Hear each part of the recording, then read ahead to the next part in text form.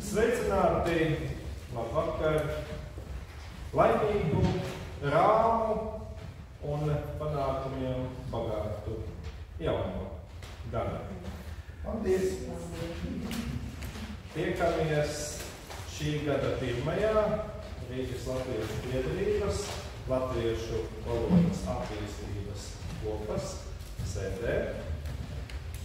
Šis mēnesis janvāris ir svarīgs ar to, ka mēs apkopojam jau 20. reizi akcijas Gada vārds, nevārds un spārnotais teiciens. Dažādus iesūtītos kandidātus. Vēl varat pagūt šo mēnesi, iesūtīt savus pieteikumus uz e-pasta adrese gadavārds@inbox.lv un atskatīties, kāds ir šis 22. gads pagājis valodā, kas ir labs, kas ir uzlabojams, un tad jau janvāra nogalē noskaidrosim, kas būs šo titulu cienīgi. Šovakar mums ir īpaša viešņa, uzstāsies par referātu par kampaņu runā latviski, patriotisko Latviju, un aicina priekšā kampaņas autori, dzēnieks un publicists Lijānu Malnu. Ar aplausu!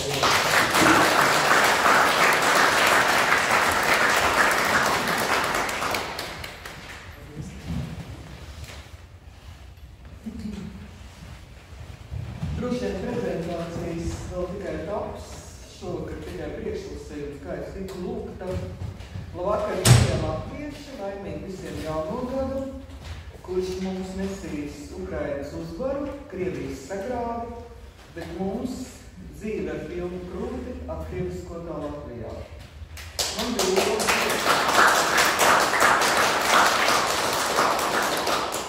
Man bija liels gods saņemt Rīgas Latviešu biedrības Latviešu valodas attīstības kopas uzaicinājumu. Paldies par iespēju jums pastāstīt plašākai publikai par kampaņu runā latviski atkrievisko Latviju. Es esmu literāte, ne valodniece, lai gan latviešu filoloģiju esmu studējusi savu laiku, vēlāk studēju komunikācijas zinātni. Saprotams, manas attiecības ar latviešu valodu, kā dzēniecei, ir vairāk nekā ciešas. Valoda ir manas dzīves esence, un tā ir arī Latvijas valsts konstitucionālā būtība.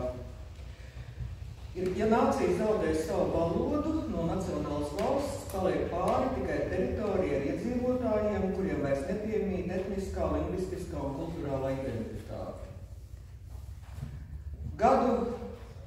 Gadiem ir vērojot, cik nīki Latvijā tiek īstenotas okupācijas lingvistisko seku pārvarēšana, un to, ka otra valoda, krievu, Latvijas publiskajā telpā ir jau pašsaprotamība, dzirdot runas par latviešu valodu kā valodu ar zemu ekonomisko pievienoto vērtību, es iztēlojos, kā latviski pierakstītā latviešu kultūra kādu dienu gluži vienkārši gāzīsies bezdibenī uz neatgriešanos. Man pašai sāk šķist, kāda jēga rakstīt vēl vienu dzīvoļu krājumu, ja tā. Varbūt, ka ir laiks ķerties pie poēmas darbībā, proti pie rīcības. Par saviem vērojumiem valodas politikā un tās stāvoklī pēdējos gados esmu publicējis vairākas slejas un apceres portālā LV un Latvijas avīzē. Ar nobiedriem tad panācām valodas politikai veltīgu sapulces prezidenta pilī ar ministriem un atbildīgo institūciju vadītājiem. Tomēr nekas nemainījās, izņemot Egīla Levita iniciatīvas par valsts valodas dienas iedzīvināšanu un viņa paziņojumu numur 8 par valsts valodas kā vienīgās valodas nostiprināšanu valstī. Man jāatzīst, ka līdz šim neviens prezidents atjaunotās Latvijas laikā latviešu valodas labā nav darījis tik daudz kā Egils Levits. Nesen uzzināju, ka tikai tagad, beidzot, notiekot pētījums par jauniešu pārangliskošanos, par ko mēs cēlām trauksmi jau pirms 3 gadiem, savukārt pētījums par rusifikācijas sakām Latvijā veikusi sociālingvisti Vineta Poriņa un ne tikai viņa, taču valsts politiskajā līmenī tur izdarītie secinājumi netika ņemti vērā. Lai gan 10 gadiem darba tirgū tieši latvieši tikuši diskriminēti krievu valodas nezināšanas dēļ, jaunieši pameta valsti, jo darbu Lielbritānijā viņiem atrast bija vieglāk nekā Latvijā. Tā bija kliedzoša netaisnība, kas nevienam diemžēl tā īsti nerūpēja. Ilgāku laiku gaidīju, ka valsts īstenos pamatīgu, vērienīgu latviešu valodas nostiprināšanas un popularizēšanas kampaņu. Visbeidzot, es nonācu pie secinājuma, ka attiecībā uz valodas politiku pie mums darbojas vairākas izpildu institūcijas, bet pašu valodas politiku valstī patiesībā neviens tā īsti neveido un nevada. Arī tas ir jāmaina, nozīmējot konkrētus atbildīgos. Pēc ilgām pārdomām mana un dažu dombiedru aizsāktā valsts valodas pozīciju nostiprināšanas un Latvijas derusificēšanas kampaņa sociālajos tīklos runā latviski atkrievisko Latviju, bez institucionāla atbalsta un finansējuma tika uzsākta pagājušā gada maijā. Pusgada laikā tā ir pārvērtusies par tautas kustību. Daudzi simti cilvēku brīvprātīgi tajā iesaistījušies, raksta ziņojumus institūcijām un uzņēmumu valdēm, raksta vēstules, vēršas sociālos, aicinot izņemt krievu valodu no publiskās saziņas, tīmekļa vietnēm, telefoniem un publiskās ārkārtas.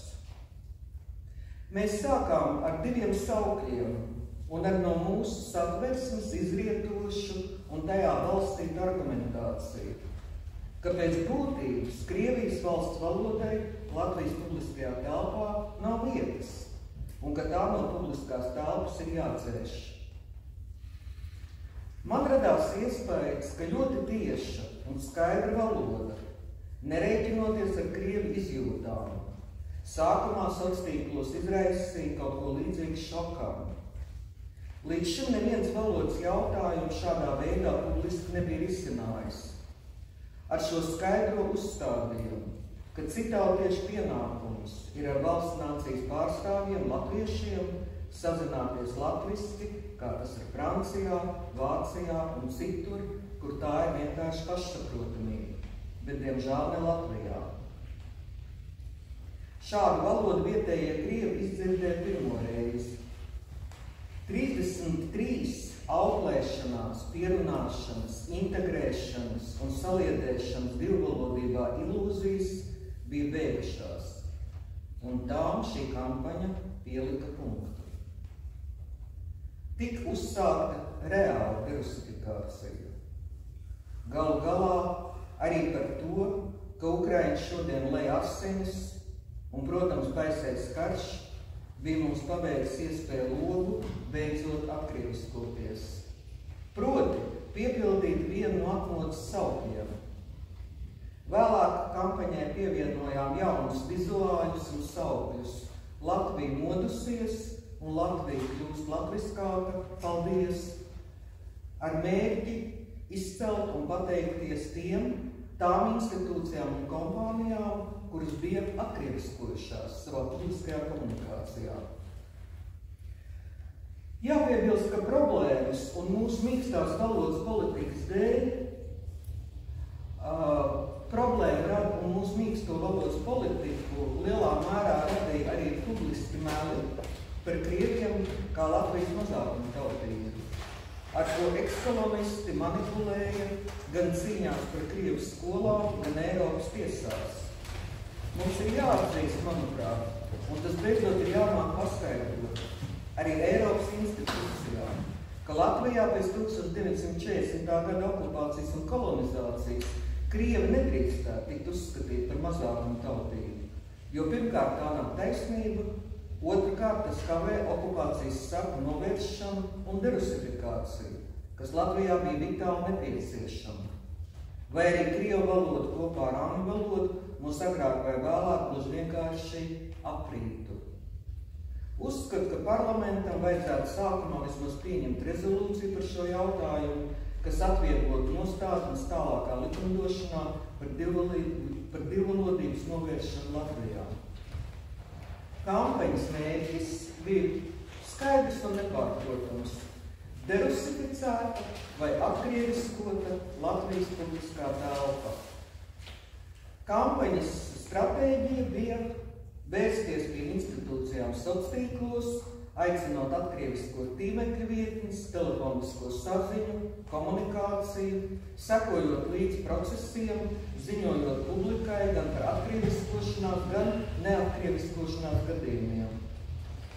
Taktika bija sociālo kampaņas intensitāte, ļoti tieša skaidra valoda, publiska un nepubliska komunikācija ar cilvēkiem, kuri kampaņā iesaistījās. Kampaņas gaitā mēs ieviesām arī tādus vairākus jaunus populāri zinātniskus jēdzienus, kā piemēram lingvistiska agresija. Starp citu, šodien Ogres ziņās šo jēdzienu izmanto Imants Vīksnis savā rakstā, kas tā arī sauc lingvistiska agresija, kas ir latvieti, kas ir izpausme, citautiešu izpausme Latvijā uzrunājot krievu valodā. Tā būtībā ir lingvistiska agresija. Vēl mēs ieviesām tādu jēdzienu kā lingvistiska kolaborācija ar Krieviju. Mēs izmantojām tādu nepatīkamu vārdu kā krievinātāji. Tad arī tādu jautru vārdu kā lētiņi, šādi devējot amatpersonas un cilvēkus, kuri televīzijā vai radio savā valstī neskādreiz sarunājas krieviski, izmantojot Krievijas valsts valodu Latvijā un to nemitīgi ļoti intensīvi uzsvarot.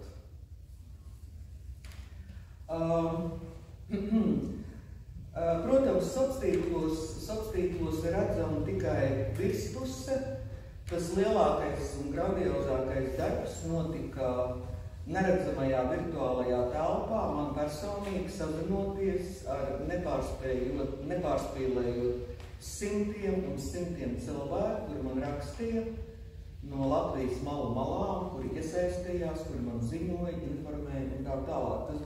Tas aizņēmis vairāk laika. Es publicēju sociālos, nepārspīlējot simtiem tādu ierakstu ar argumentāciju cilvēkiem saprotamā valodā, kāpēc mums ir pilnas tiesības pieprasīt Latvijā latviešu valodu saziņā ar sevi. Piemēram, viens no tādiem piemēriem, ierakstiem Facebookā. Latvijas sabiedrība patiesībā nedalās valodas grupās. Latvijā ir viena valsts valoda, un tādā izpratnē visi Latvijas pilsoņi ir latviešu valodīgie. Tā ir kopējā saziņas valoda visiem. Tiem, kas turpina sevi uzskatīt par krievvalodīgajiem, ir jādzīvo Krievijā vai arī jāsamierinās, ka Latvijā viņu ģimenes valoda būtībā neinteresē, tā ir viņa privāta lieta un darīšana. Publiskajā telpā Krievijas valsts valodai Latvijā nav un nebūs vietas. Latvijas likumi neparedz nekādu pielāgošanās kārtību citautiešiem. Pielāgošanās ir savas varas atdošana Krieviem un viņu lingvistiskajam rusificējošajam impērismam. Ikvienā valstī citautieši pielāgos valsts nācijai un valsts valodai, nevis otrādi. Latvijā jātuvojas universālai izpratnei, kā arī darba vietās kopīgā saziņas valoda visiem bez izņēmumu ir valsts valoda, kā tas ir ikvienā valstī. Mums ir jāpārvar okupācijas un rusifikācijas sekas, nevienam latvietim Latvijā nav jārunā krieva ģimenes valodā. Es paredzu, ka būs lielas cīņas šogad. Ikvienu latvieti šajā valodas jautājumā balsta konstitūcija un likums. Ko var darīt latvieši, var praktizēt pasīvo bilingvismu, kā to darīt Igaunu padomu laikā. Mēs kaut ko saprotam krieviski, bet runājam konsekventi tikai un vienīgi latviski. Vai arī es atbildēju Krievu drāmas teātra direktorei Danai Bjorkai, kura pa brīdim un pēdējo reizi televīzijā 24 žēlojās un sūdzējās, ka viņa izjūtot vainas sajūtu, ja runā savā ģimenes valodā Latvijā. Es viņai atbildēju šādi. Mums neviena sekundi nav jāraizējas par Krievu komforta sajūtām, par kurām viņi ir tik ļoti pieraduši sūdzēties, bet gluži otrādi. Lingvistiskais citautiešu komforts mums Latvijā ir jāsamazina līdz 0. Kā ir jutušies latvieši savā valstī, citautieši nekad nav interesējis, uzbāžoties ar Krievu mēli jau 33 gadu garumā. Kāda mums daļa? Kādās valodās runā ģimenēs? Latvijā visiem kopīgā ir viena valoda. Ja tas tiešām šķiet traucēklis, ir jādzīvo tur, kur kopīgā valoda visiem ir Krievu. Un tad es viņai vēl atbildēju, un Bjorka, viņa minēja televīzijā, ka līdz 40. gadam tā neesot bijis, un Krievi nav jutušies nērti, un tā tālāk, un es viņai vienkārši atbildēju, ka nevis līdz karam, bet gan līdz Latvijas okupācijai, kolonizācijai un intensīvai rusifikācijai 50 gadu garumā. Un tāpēc Bjorkas kundze lūdzu neceliet izbrīnā uzvedas augstāk par Krievi.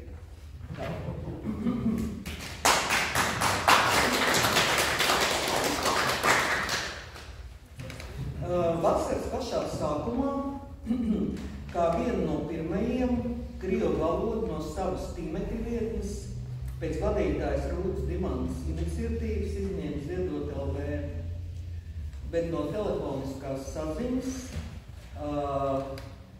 sabiedrība ir ierobežot atbildību Rīgas ūdens.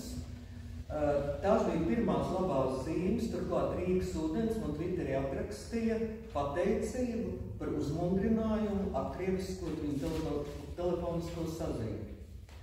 Tas uzreiz deva tādu adrenalīnu un tādu cerību, ka šādi varētu rīkoties arī citi. Un tas patiešām tā arī notika. No nacionālas nozīmes muzejiem pirmais Krievu valodu no savas tīmekļa vietnes dzēsa Māris Lācis vadītais Nacionālās mākslas muzejs. Pārējie viens pēc otru sekojuši un cienījumam paraugam. Kampaņa katru dienu sociālos mudināja to darīt un turpina arī šodien. No valsts dotētiem muzejiem vienīgais, kurš ir atstājis agresoru valsts Krievijas valodu savā tīmekļa vietnē, ir medicīnas vēstures muzejs, ko dotē valsts caur veselības ministriju, un notiek saziņa ar jauno ministri, Līgu Meņģelsonu, un mēs viņai lūdzam uzrakstīt rīkojumu šim muzejam atkrieviskot savu tīmekļa vietni. 2021.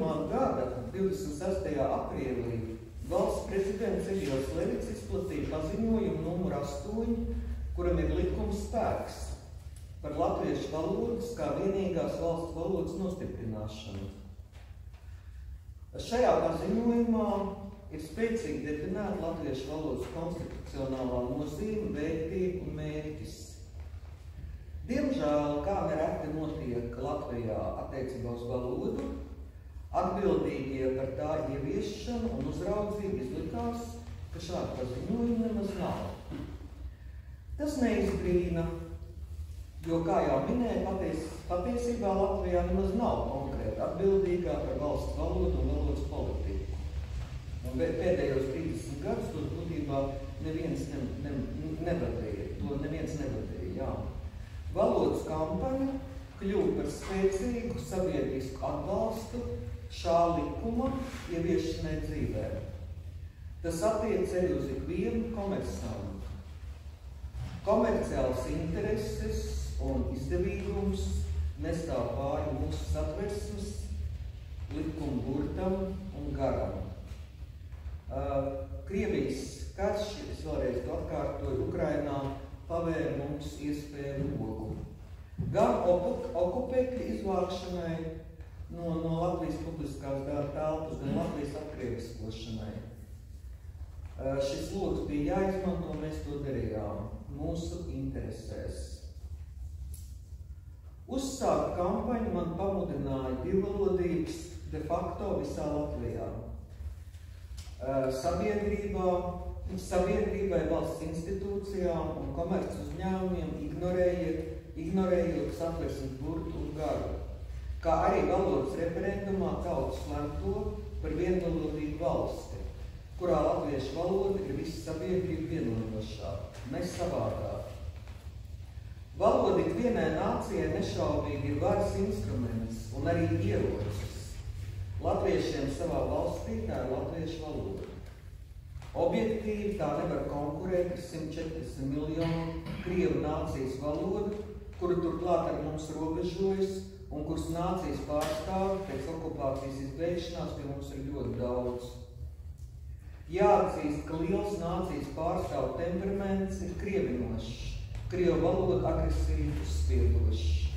Līdz šim Latvijas krieviem pat nebija ienācis prātā, ka Latvijā uzrunāt latviešu krieviski būtībā ir mums nepieņemams lingvistisks agresijas akts.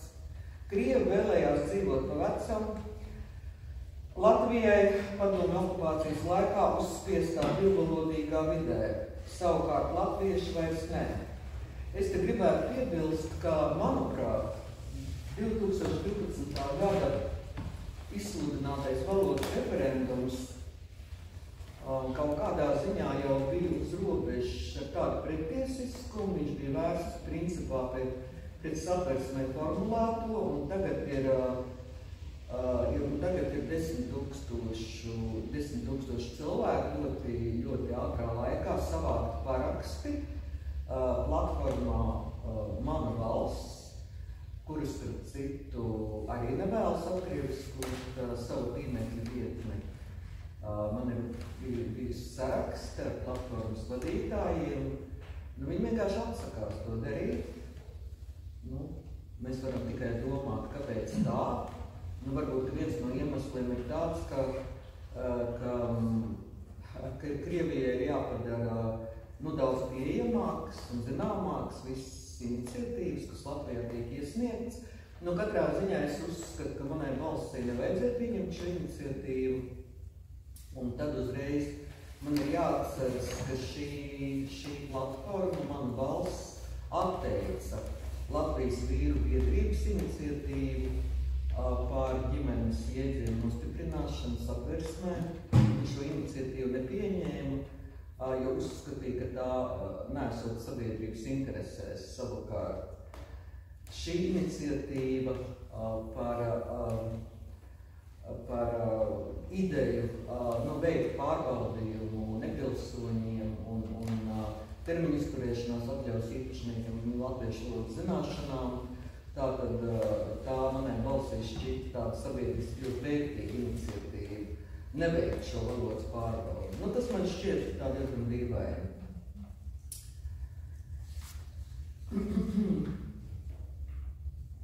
Mums ir jādod nepārprotams signāls gan pašiem sev, gan rietumiem, ka mēs esam piederīgi rietumiem un ka neesam krievi, bet gan latvieši. Jo iebraucot Latvijā un dzirdot, redzot krievu valodu uz katra stūra, ārvalstnieki noprot, ka esam vien no krieviem nedaudz atšķirīga dīvaina tautības modifikācija, kas krievu valodu savā valstī lieto tikpat brīvi un dabiski kā krievi Latvijā. Šī situācija Latvijā ir pilnīgi noteikti jāmaina, un apjaukt ir pēdējais brīdis to darīt. Kampaņas ietveros es rakstu un turpināšu to darīt daudz tvītus un ierakstus Facebook, kur izmantoju speciāli šai kampaņai mākslinieces radītas vizuāļus, lai mudinātu sabiedrību. Atsaucība šai kampaņai ir milzīga, to atbalsta nevien latvieši, bet arī krievi, ukraiņi un mazākumu tautību pārstāvi. Kuri pēc 24. februāra īpaši skaudri saprot, ka Latvijā krievu valoda nevar būt viss vienojoša, kā PSRS laikā, un ka tai jābūt latviešu valodai. Vēl šā gada maijā krievu valoda bija sastopama teju visu ministriju un padotības iestāžu, kā arī novadu un pilsētu tīmekļa vietnēs. Pusgadu laikā ir panākts, ka ministriju un padotības iestāžu tīmekļa vietnes ir pilnībā atkrieviskotas. Es sevišķi paldies vēlos teikt Labklājības ministram Gatim Eglītim, bijušajam Labklājības ministram Gatim Eglītim, kurš viens no pirmajiem publiski spēja drosmīgu soli un izņēma krievu valodu no ministrijas tīmekļa vietnes. Sekoja Ilves Ingriksons vadītā ekonomikas ministrija un Nauri Puntuļa vadītā kultūras ministrija. Šobrīd visu ministriju un padotības iestāžu tīmekļas pilnībā atkrieviskotas. Kampaņu pamanīja un visaugstākā līmenī atzinīgi novērtēja Egils Levits 8. septembrī uzrunājot 13. Saeimas deputātus. Viņš teica, bet it sevišķi grib norādīt uz sabiedrības iesaisti. Piemēram, dzēnietis Liāns Langs un citu aktīvistu norādes uz krievu valodas nepamatoto izplatību ir daudziem likuši apzināties šo koloniālā mantojumu visredzamāko izpausmi. Un ļoti daudzi ir mainījuši savu nostāju, jo mūsu valstī ir kopēja valsts valoda. Tā ir demokrātiskā saziņas valoda visiem, neatkarīgi no paralēli tai lietotās dzimtās valodas vai tautības. Viens pēc otra savus lapus atkrieviskoja arī novada pašvaldības. Kā viens no pēdējiem to izdarīja Liepājas novads un valsts pilsēta. Uldis Sasks 7. novembrī publicēja man adresētu tvītu. Es esmu ar jums vienās domās. Latvijā nav vietas divvalodībai. Krievu valoda var būt apsverama, kad jāuzrunā turisti, ārvalstu investori un tā tālāk, bet tai nav vietas ikdienas komunikācijā. To esam pateicis arī Liepājas lapas uzturētājiem, un šī lapas sadaļa vairs nav pieejama. No 36 novadiem un 10 valsts pilsētām vēl nav atkrieviskojušies 5 krievināšanas bastioni. Daugavpils, Sprēļu novads, Rēzekne, Ventspils un, diemžēl, arī Jelgavas valsts pilsēta, kurā Andris Rāviņš, diemžēl, kavējas pieņemt lēmumu. Pēdējās ziņas ir tādas, ka Jelgava un Sprēļu novads plāno mainīt lapas un izņemt krievu valodu. Es ceru, ka tas vistuvākajā laikā notiks. Protams, Daugavpils, Ventspils un Rēzekne, visdrīzāk turpinās būt krievināšanas bastioni. Valsts pārvaldē viens no pēdējiem, kurš kādēļ vēl nav izņēmis krievu valodu no tīmekļa vietnes, ir Tiesības sargas birojas. Vairākas reizes esam aicinājuši viņus to darīt, publiski atbildi neesam saņēmuši. Un tad rodas jautājums, kāda jēga ir tam, ka iestādē ir Twitter konts, bet komunikācija vienkārši nenotiek un atbildes netiek sniegtas. 9. novembrī publicējām birojām adresētu šādu tvītu. Cienījamais Tiesības sarga birojas Juris Jansons. Varbūt neesat pamanījuši, ka valsts pārvaldēs ir vienīgie, kuri vēl ar vienu nav atkrieviskojuši savu tīmekļa vietni. Pirms patriotu nedēļas speriet šo soli likuma virzienā. Citādi tā arī paliksiet. Orfis ombudsmienā.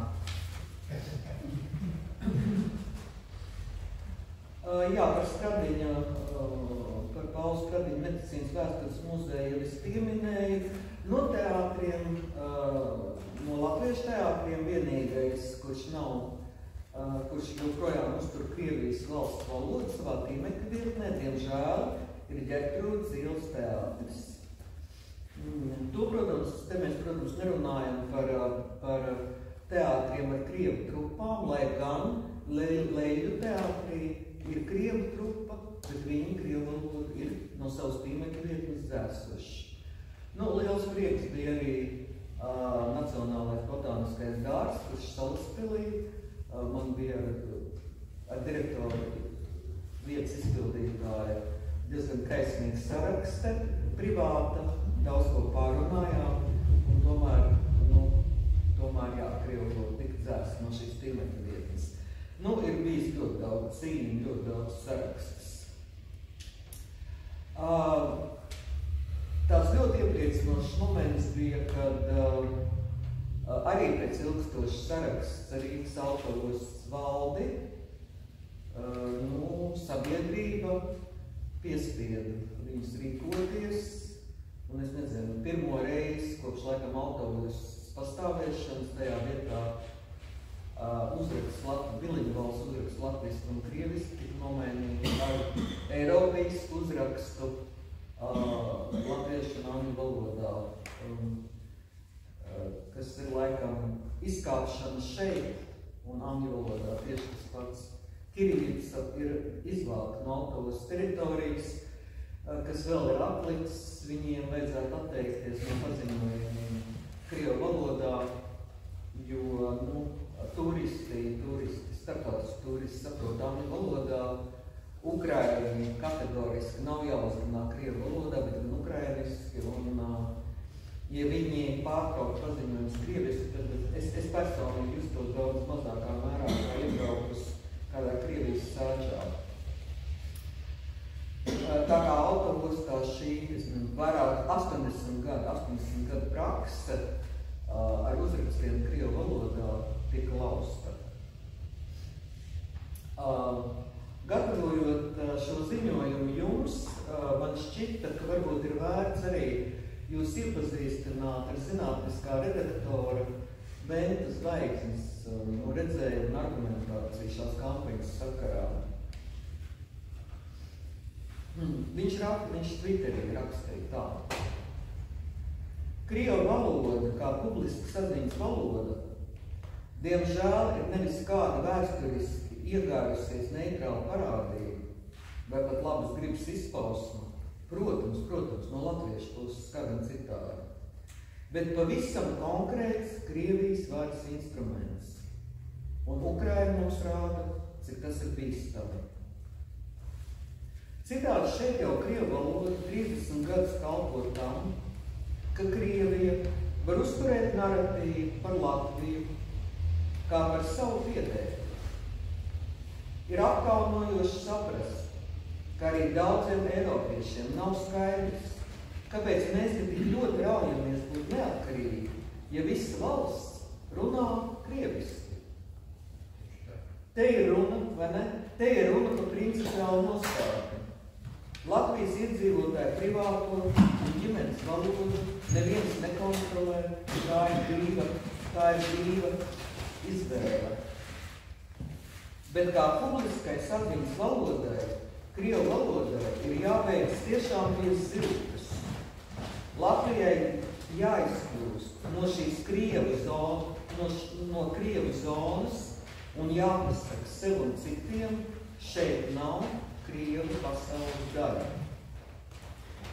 Protams, latviešu valoda ir jāmācās un jāatzina visiem Latvijā.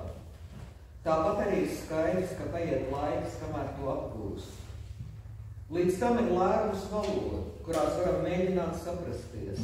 Angļu, franču, vācu, zviedru, ukraiņu, baltkrievu, poļu, bet ne krievu, jo viņi ir nostādījuši sevi ārpusē. Viņš raksta tālāk. Es protu un saprotu krievu valodu. Piederu pie tās padomu paudzes, kurai to iedzina, gribi vai negribi. Bet pašlaik es apzināti nevēlos nerunāt, neuzklausīt krievu valodu.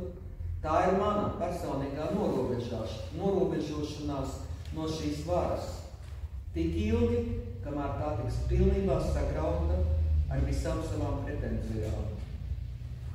Kāpēc ukraiņas un ukrainieti nevar atvainoties un kamēr vēl mācās latviešu valodu, runāt ukrainiski?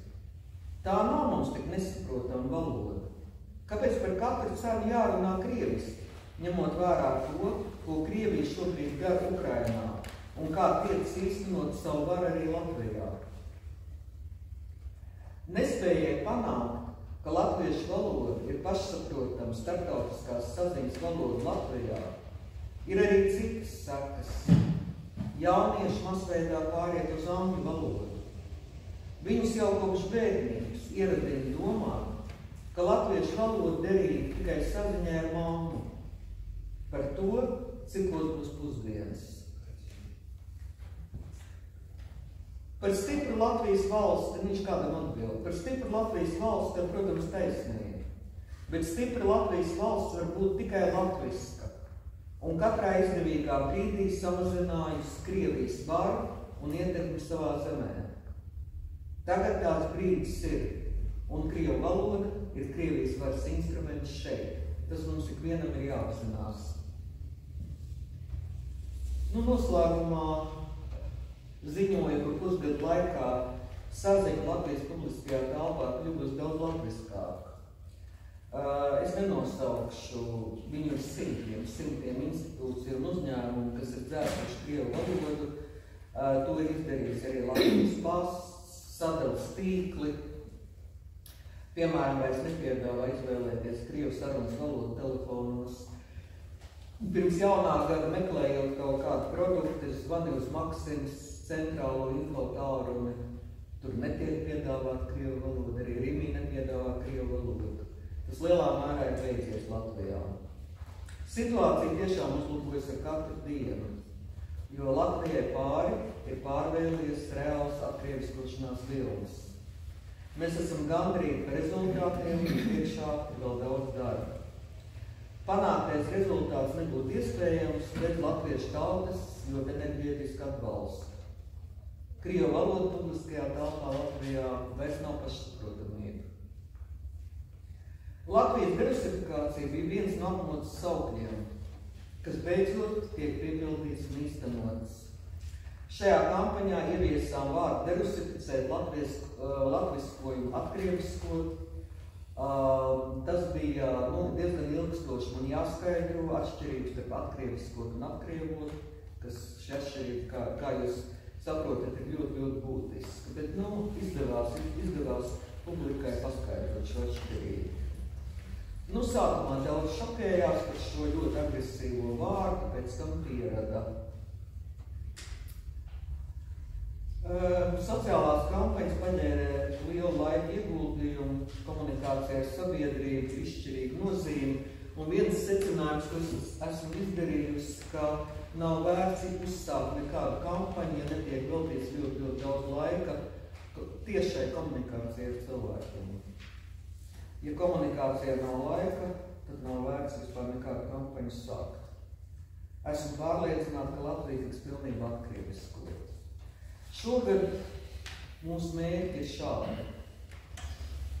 Latvijas publiskā telpa tiek pilnībā atkrieviskota. Latvijā tiek pieņemts likums divvalodības novēršanai un valsts valodas nostiprināšanai saskaņā ar jaunās valdības deklarācijā pausto. Tur šī apņēmība ir ļoti stingri definēta. Valdība apsola, ka viņi nodarbosies ar divvalodības novēršanu Latvijā, tā kā ir arī ievērojams politisks atbalsts mums. Panākt sajūtu Latvijā, ka runāt latviski ir skaisti, un tas ir moderni. Latviešu valoda ir visiem uz mēles. Latvieši īsteno pasīvo bilingvismu, ko ieteica sociālingvists Vineta Poriņa. Priecājos, ka tu esi atnākusi. Mēs darām kā igauņu padomu laikā. Mēs krieviski kaut ko saprotam, bet nerunājam. Runājam tikai latviski. Latvieši līdz gada beigām sajutīsies daudz laimīgāk un brīvāki savā zemē, savā valstī. Un ik viens Latvijas iedzīvotājs beidzot saprot, ka bez latviešu valodas zināšanām Latvijā nākotne viņiem nav iespējama. Paldies par uzmanību!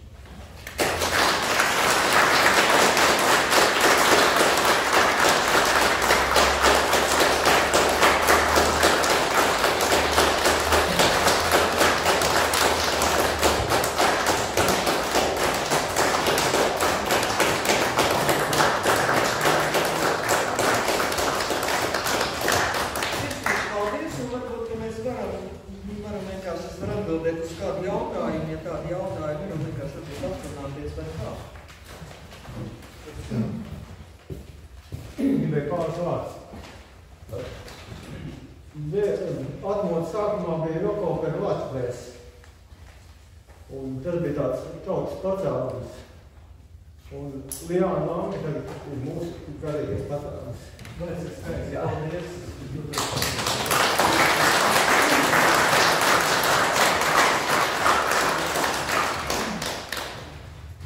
Rīgas latviešu biedrības latviešu attīstības kopas vārdā esam ļoti pagodināti, ka esat klāt šī vakarā un ka ir drosme uzņemties sākt kaut ko tādu, ko daudzi klātesoši sieva savā prātā jau gadu desmitiem noteikti bija lolojuši, bet pie darbiem.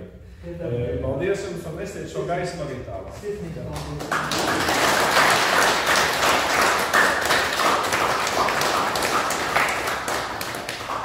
Bet lūdzu jautājumus. Jā, varbūt, ka mēs varam kā brīvu cilvēku savā zunā vienkārši aprunāt. Man jautājums. Jā, lūdzu. Saeimai ir pieņēmusi tādas noteikumus, ka Ukrainas bēgļiem Latvijā arī šajā gadā nav jāmācās un jārunā valsts valodā. Tātad jautājums ir par to, vai šāda saimnes nostāja nav pretrunā ar Latvijas valsts valodas politiku. Nu, es domāju, ka arī tā ir tāda latviešiem ļoti raksturīga servilismu izpausme. Es domāju, ka situācija ir tāda, ka Latvijā uz Latviju ir ieradušies ļoti daudz gan krievu no Ukrainas, gan pārkrievot Ukraiņu, zinot to, ka šeit ir tik komfortabla lingvistiska vide. Es zinu Ukraiņu bēgļus, kuri tieši iemeslu dēļ, ka Rīgā nemitīgi visur skan krievu valoda, kas viņiem asociējas ar viņu slepkavu valodu, vienkārši pamet Latviju un aizbrauc uz Poliju un arī uz citām valstīm. Nevienā valstī, kas uzņem bēgļus ar Ukraiņu bēgļiem, nesarunājas krievu valodā. Tas ir vienkārši pilnīgs absurds. Ne Polijā, ne Rumānijā, ne Zviedrijā, ne Velsā, vienkārši nekur. Nu, tā ir tā iekrievotās Latvijas pašizpratne. Īsti Ukraiņu nacionālisti, viņi ļoti labi saprot un apzinās valodas nozīmi. Ukrainas publiskā telpa tika pilnībā atkrieviskota pēc 2014. gada. Un īstie nevis pārkrievotie Ukraiņi. Viņi latviešu valodu B, C līmenī pat iemācās pusgadu laikā. Un es domāju, ka viens no risinājumiem, ja mēs ikdienā sastopamies ar tādu situāciju, ka kāds pieprasa, lai viņi runā krieviski tādēļ, ka viņš ir bēglis, vienkārši tiešām iemācīties pāris sarunu valodas frāzes ukraiņu valodā un lūgt sarunāties ukraiņu valodā. Bet nekādā gadījumā ne krievu valodā. Tā kā es šo parlamentu tādu nostādi vērtēju negatīvi, jā. Bet mēs katrs varam tam pretoties ikdienā.